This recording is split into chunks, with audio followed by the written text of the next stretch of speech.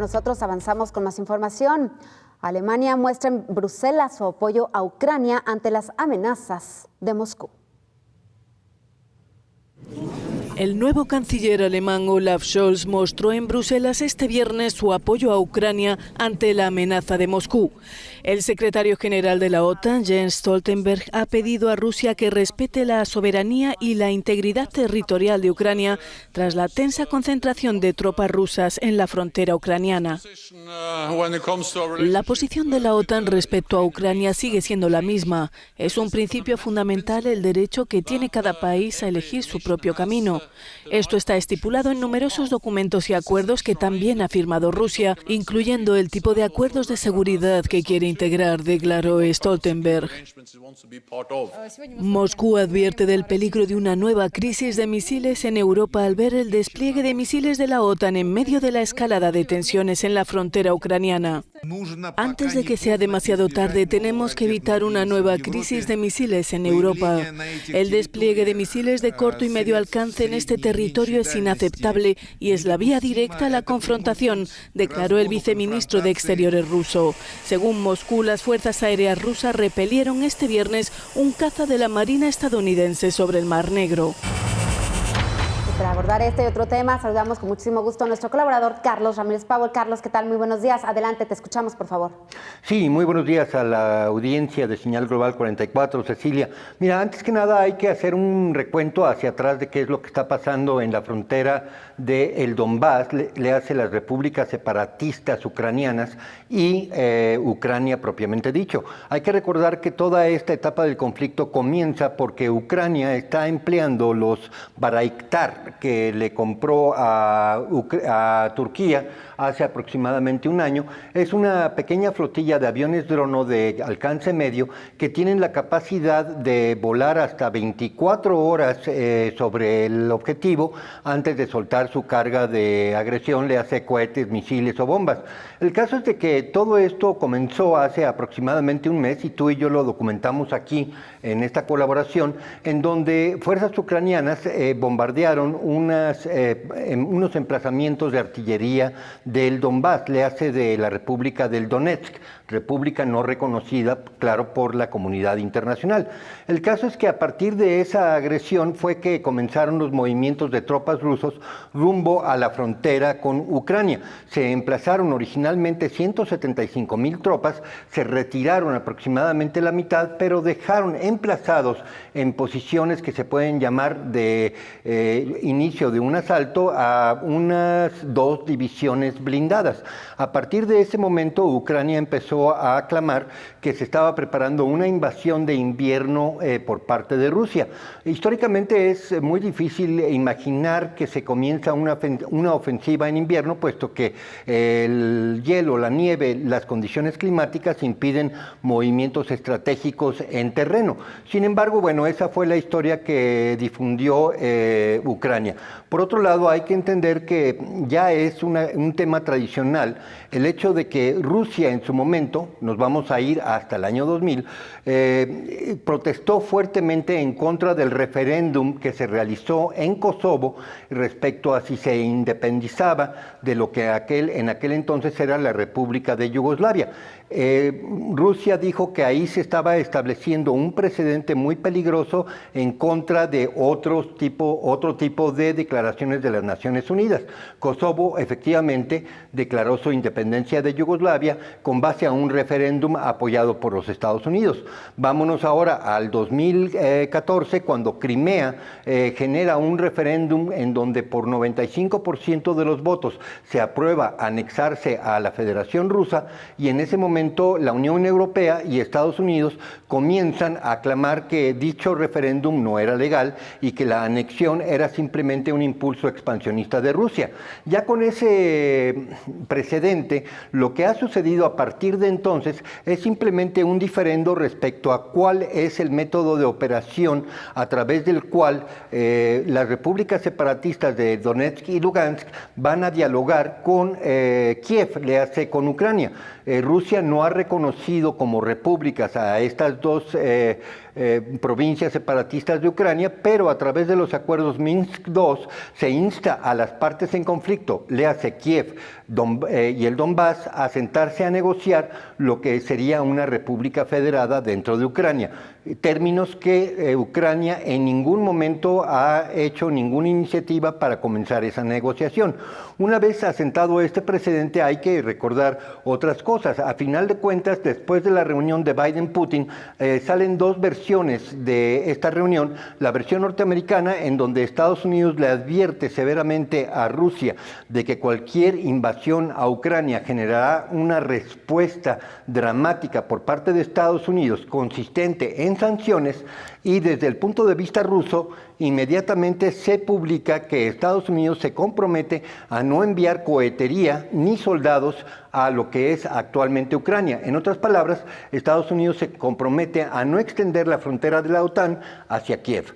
Con esos dos planteamientos divergentes es que se reúne el Grupo de los Siete, y este Grupo de los Siete también insiste en que tiene que haber lo que se podría llamar una línea en la arena que, de ser rebasada, instaría a la Unión Europea, al Grupo de los Siete, a generar un marco de sanciones importante en contra de Rusia.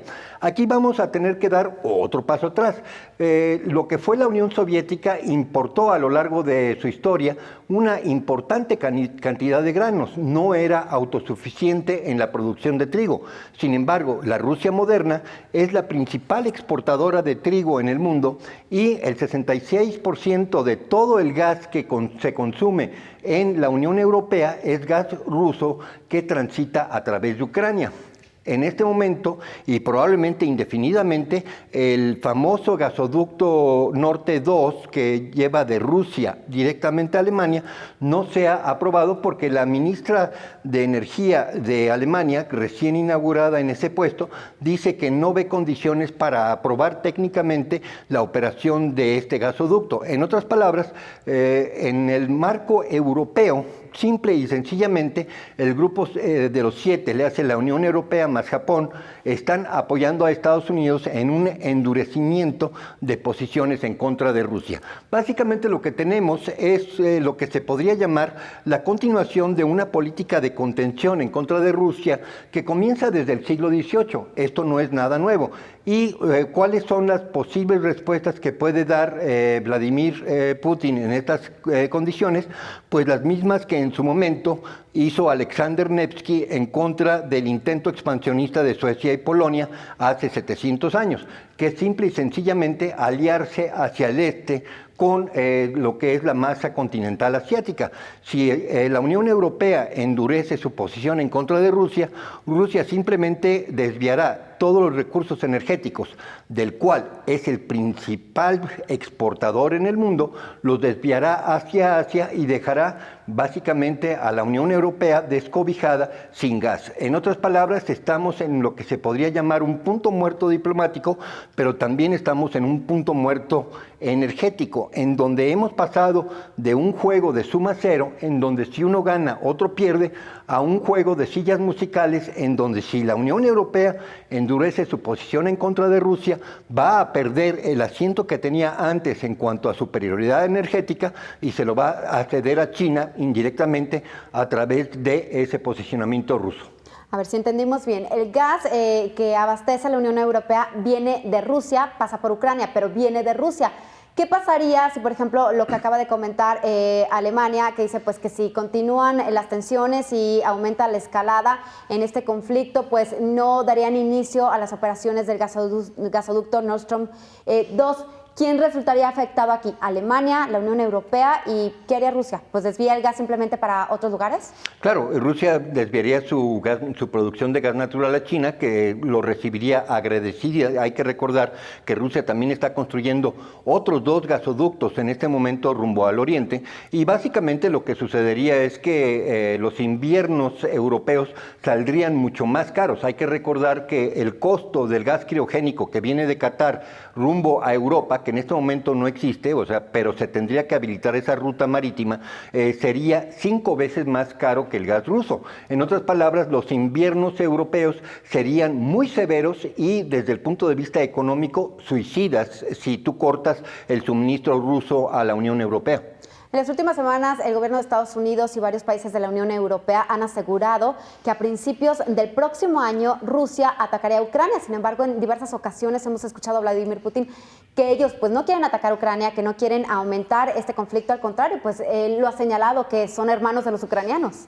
Una vez más, aquí es fácil meterse por los intríngulis diplomáticos. Si Rusia apoya a Donetsk y a Lugansk sin invadir Ucrania, aún así la Unión Europea podría decir que Rusia está interfiriendo en asuntos internos ucranianos, puesto que estas repúblicas separatistas no son reconocidas internacionalmente.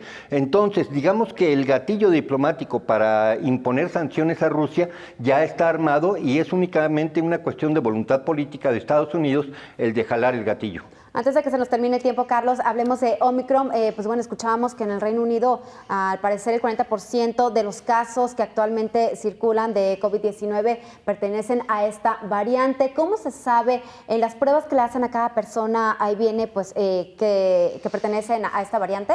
Sí, efectivamente, el Omicron es aproximadamente el doble de contagioso que el Delta. Vamos a dejar un vínculo dentro de nuestra nota ligando a esa documentación del gobierno británico, y al ser el doble de contagioso, pues tiene bastante nerviosos a las autoridades británicas, puesto que toda su inmunidad o protección está basada en la vacunación. No hay una inmunidad natural generada en contra del Delta más allá de lo que son las vacunas, y entonces en este momento el miedo del gobierno británico es de que a todos aquellos que recibieron sus 2 o 3 dosis de vacuna AstraZeneca y Pfizer, simple y sencillamente no tengan ninguna protección contra el Omicron. Por otro lado, hay que señalar que esas mismas estadísticas dicen que el Omicron hasta la fecha es por lo menos 1/4 parte lo mortífero que fue Delta y 1/8 parte lo mortífero que fue la versión alfa. Perfecto, Carlos, muchísimas gracias.